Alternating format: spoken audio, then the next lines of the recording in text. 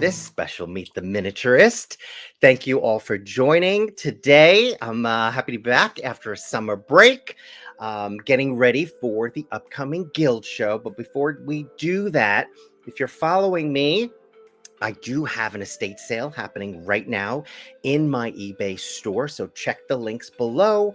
This is the estate of Sharon Kazanasi, downsizing a tiny life. She's been collecting for more than 50 years. This is a beautiful collection, broad-based collection of artisan and quality commercial pieces. Really, Sharon's got a beautiful eye for miniatures, so check that out in the comments below.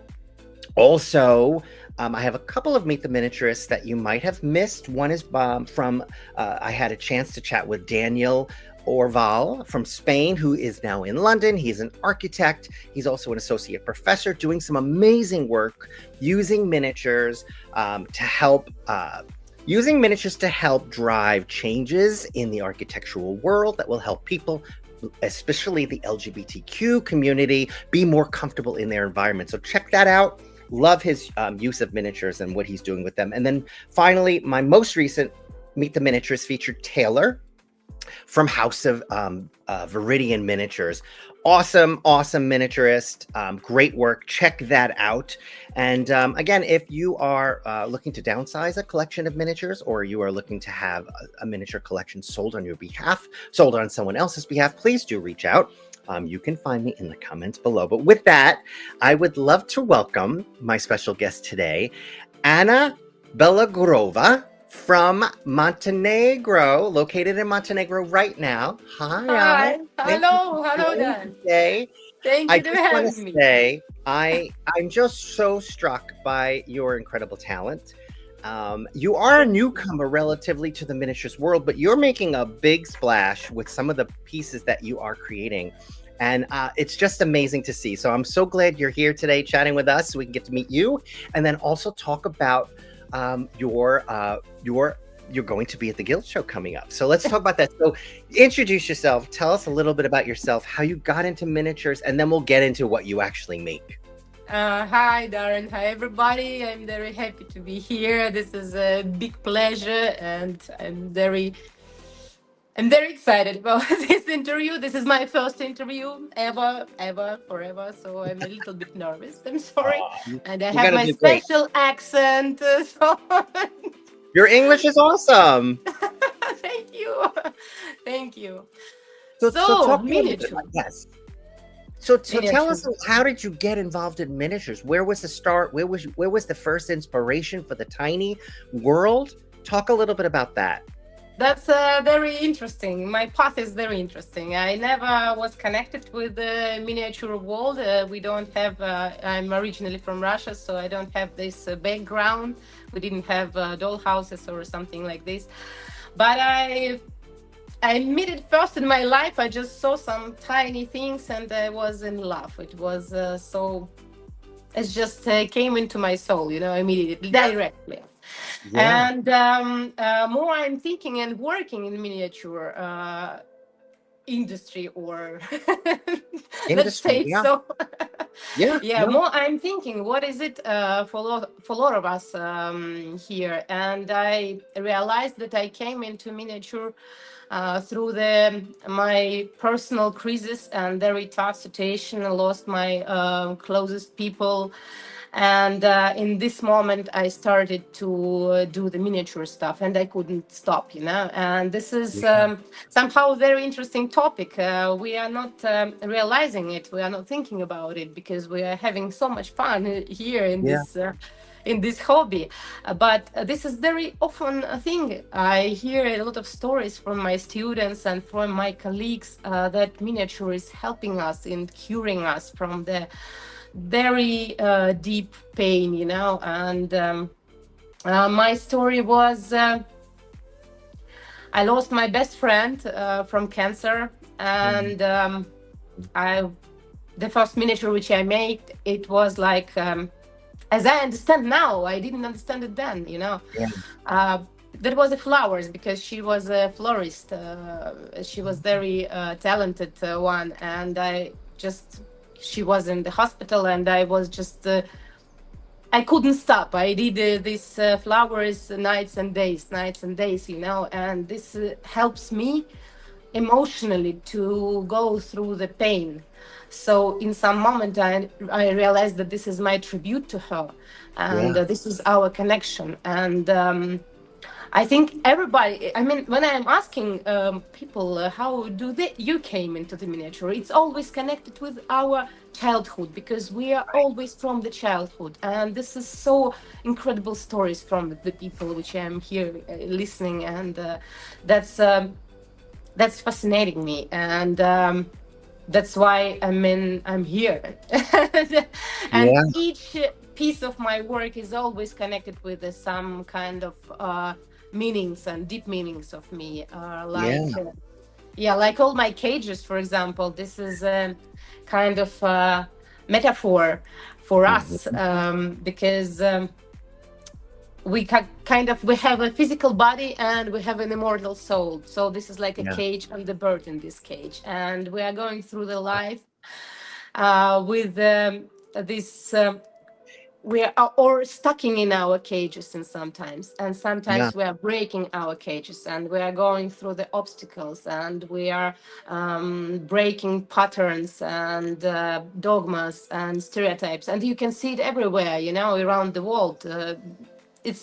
It's almost everywhere, you know, in any situation. So this is my kind of metaphor. So cage is just like a limitation for us, and we have to release our soul and open the door and go through this cage. And in this talk a year, little bit about that. So that's a bird cage that is that you're making for the Guild show, or is this for the future? This is I made it few bird cages, one of them in the Museum of Art and Toys in America, in the USA. Oh, nice. And I'm very proud of it. It's a beautiful piece, in the good hands, very good hands. I'm working now with Beth Riemann Kane, and we are working on collaboration for the Chicago 2026. This is a big thing. This is a big project, and it should be amazing. So we are very excited, both of us, about this collaboration. So it's coming. So we are now on the stage of discussing the details, you know. And meanings after the future. Yeah. So right. So let's go back a little. So what are the first miniature types that you made? The first one. So you say you started with flowers? Yeah, I started with the flowers.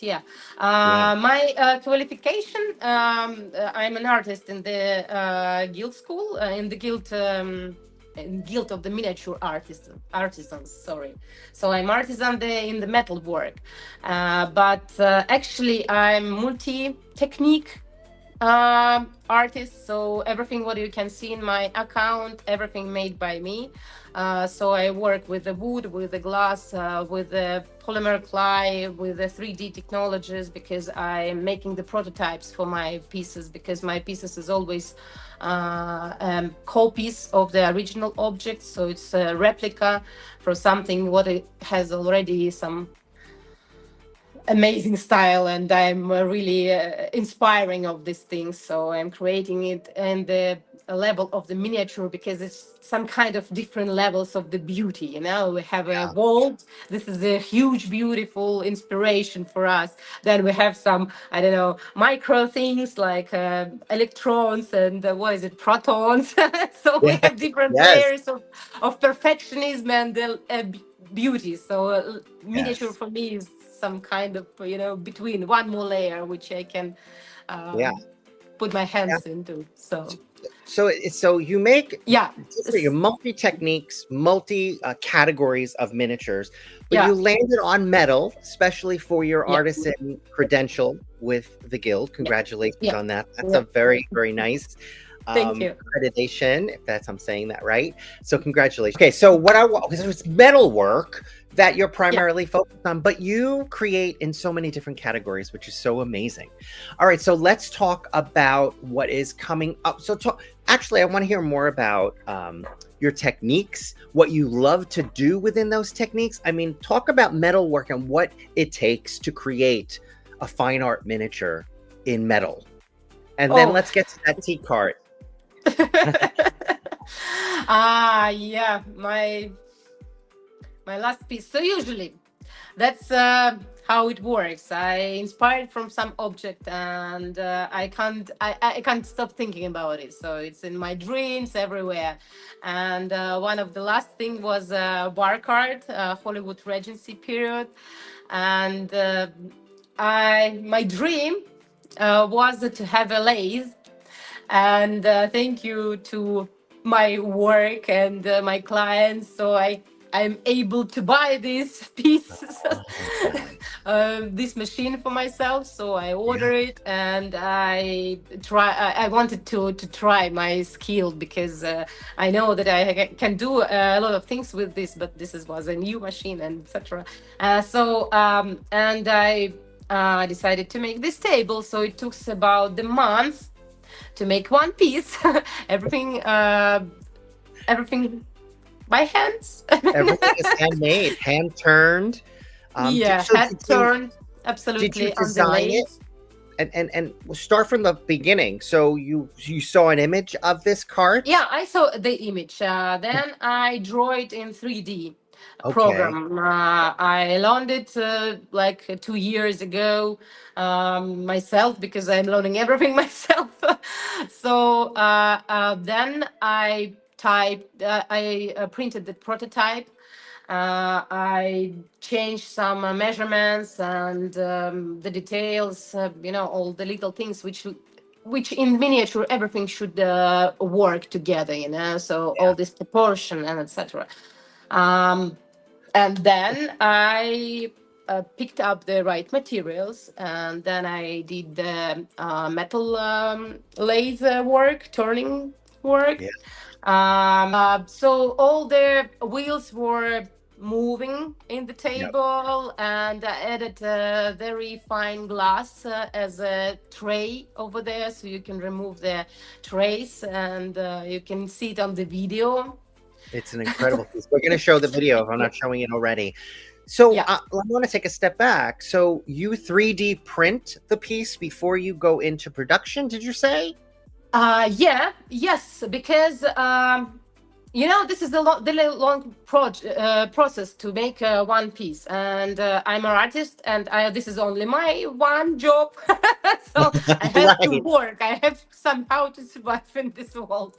So I decided to use the 3D printer to make this stage faster. So the prototype, I need the prototype always, because I want to make everything perfectly might match each other. So I printed the prototype, then I fixing all the details, all the measurements, and then I picked up the real material, and I started to work with the metal, with the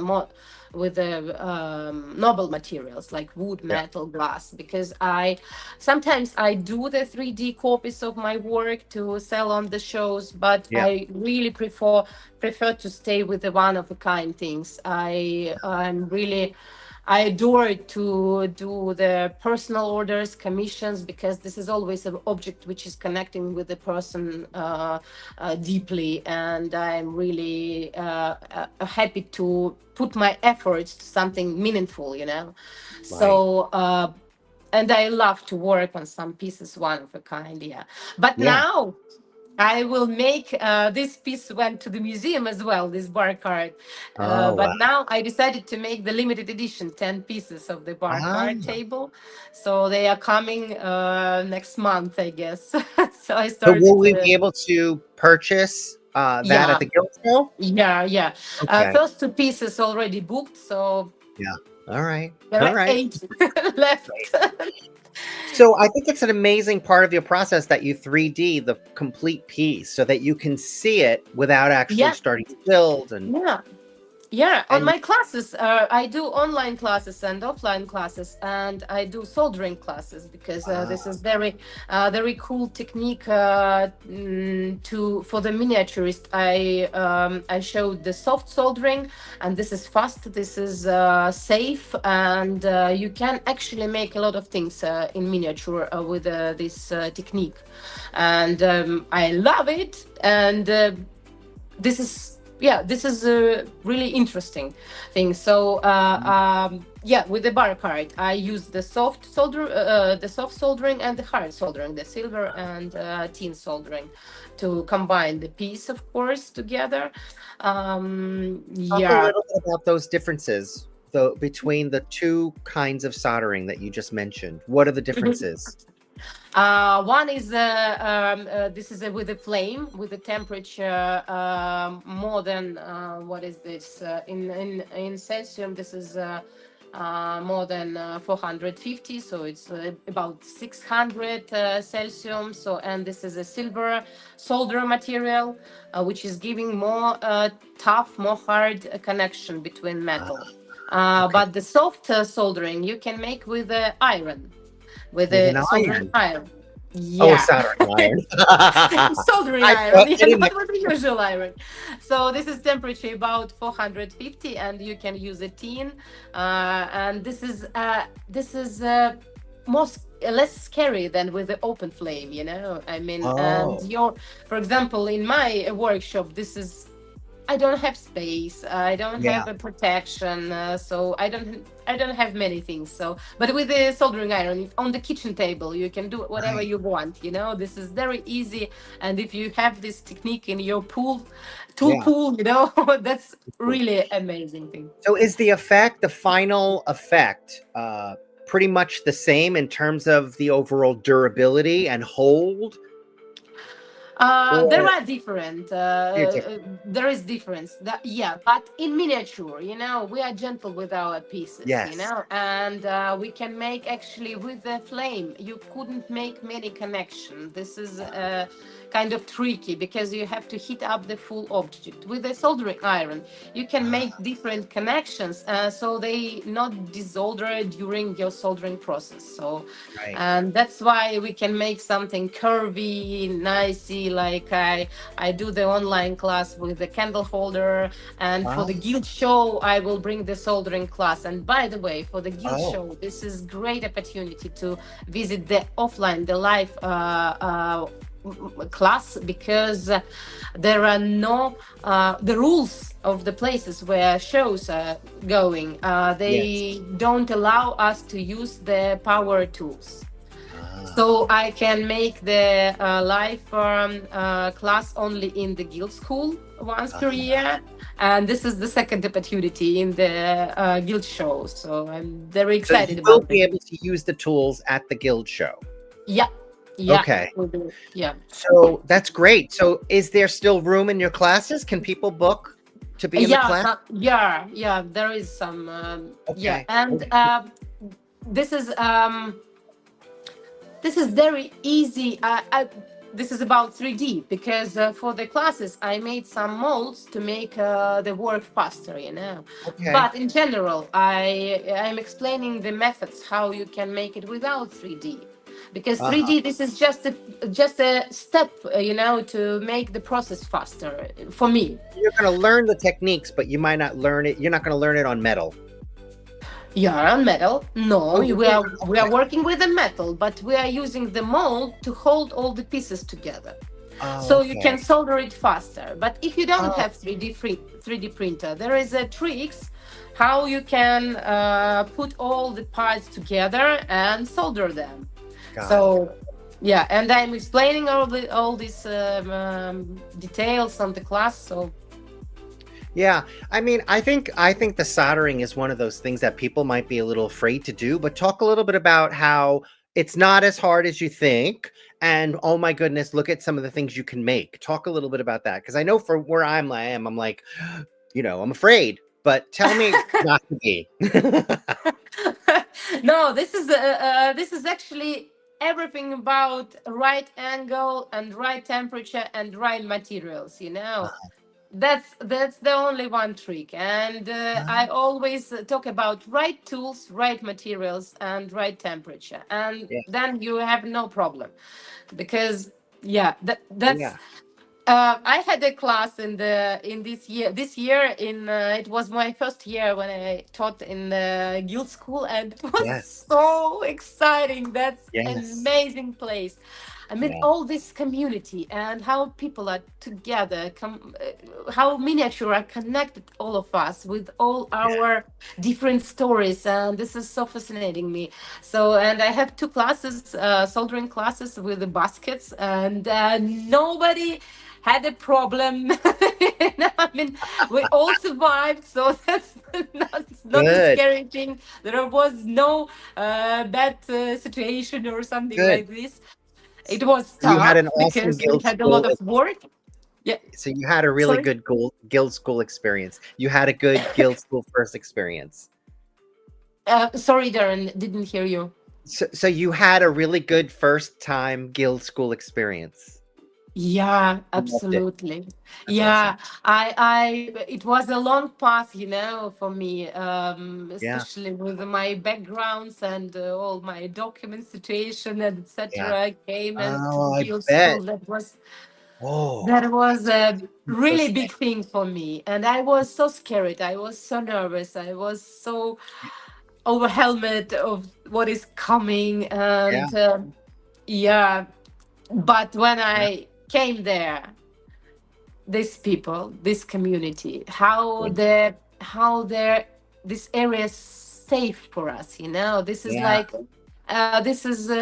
this is just amazing, really. I Yeah. mean, I'm very thankful, and to the to organization, to the guild, and to my students. It was just Yeah. amazing, Yeah. just amazing, and everybody's so talented. Yeah.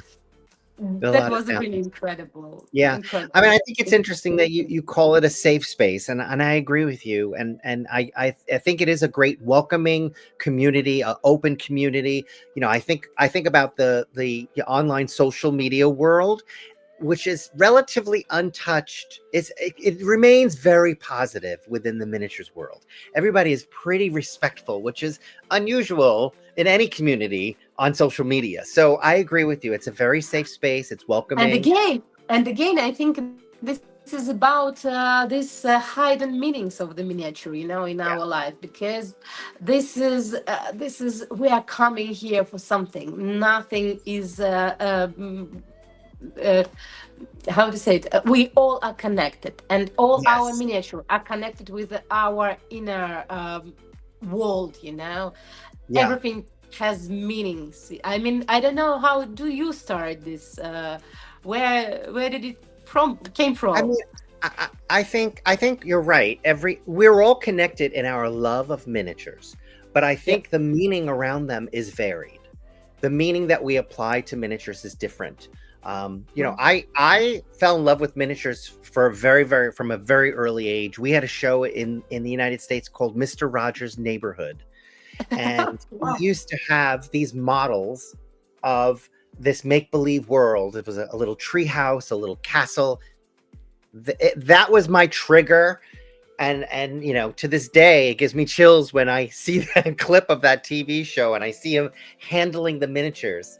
But it's we all have different reasons for loving this world, but we are connected full on this attraction, this connection to the tiny. We Yeah. just love it.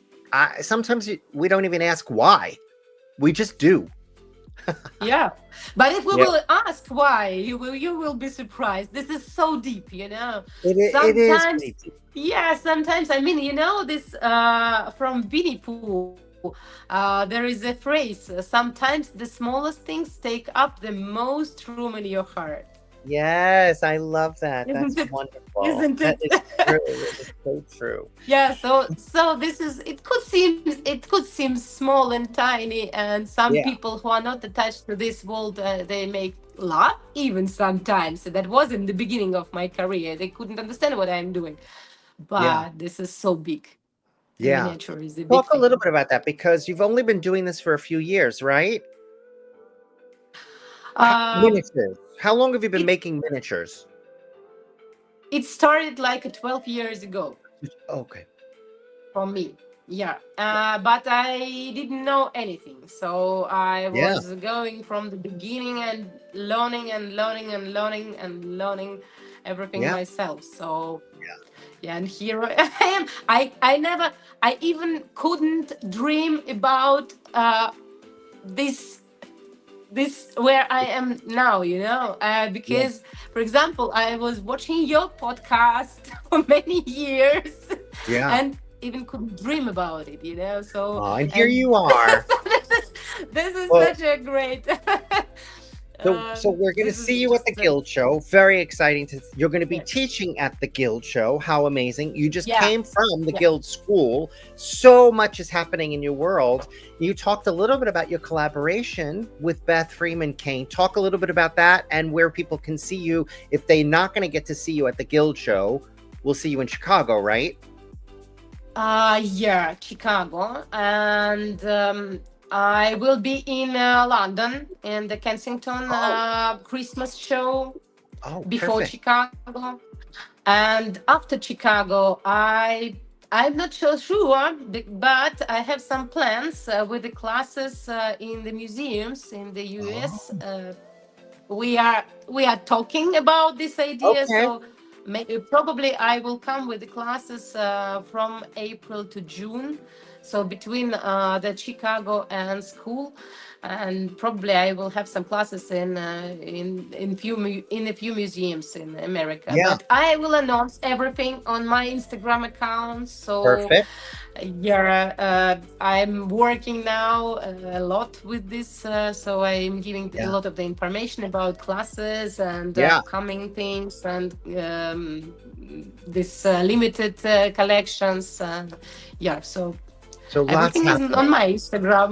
Yeah, We'll make sure to and I post will. all of the links below so people can find you and they can learn about your Thank upcoming you. classes and shows. Are you going to be teaching online as well? Yeah, I work with the GVL program. Beautiful. We are going to announce the 3 month schedule of the classes and the different techniques Beautiful. because yeah, we are doing great together. I think we have a full program, so that's That's coming. amazing. There Yeah. will be waving, basket wavings. There will be mixed media, very interesting technique, UV resin, and soldering, of course. Oh, wow. So That's big amazing. plans. Do I That's sense amazing platform. do I sense So another category IGMA artisan possibly for you in the future? yeah, absolutely. Are you thinking about actually, that? Yeah. actually, I thought I'm going this year, but accordingly the rules, I am not ready to. So I have to wait one more year. So next year, definitely, And what definitely. category? Can you talk Yeah. about that or no? It will What? be a metal category because Oh, I will another go to the medical, another fellow. Fellow. Oh, No, I will be fellow. Oh, you're fellow. talking fellowship. I hope. Wow. Cross the fingers, please. I really hope. I can't Oh, say I will be, but I would like to be. well, Sorry your for work my is English. your work is awesome, and you deserve everything that's coming, and you're working so hard. I can tell because that's a lot. That's a big schedule you got going on. But we're happy that you're in the miniatures world and you're making miniatures and teaching miniatures, which is so important. Again, we're going to make sure all of the links are posted below so people can find you if they don't know about you already, and they can visit you, whether it's in Yeah. September, Guild Show, Chicago, Yeah. London. Yeah. Thank you Yeah. for joining today. I appreciate your time, and it's been great. Thank you so much, and I will appreciate all the questions if your auditory will have it. This time passed so fast of our podcast. It was I so know. It interesting goes and fast. It exciting. does go Thank you fast. for this opportunity. I am really, Well, really thank happy to you. be You have a here in great this rest of your day, and I'll community. see you in September. See you in September. All right, Ciao. bye. Bye.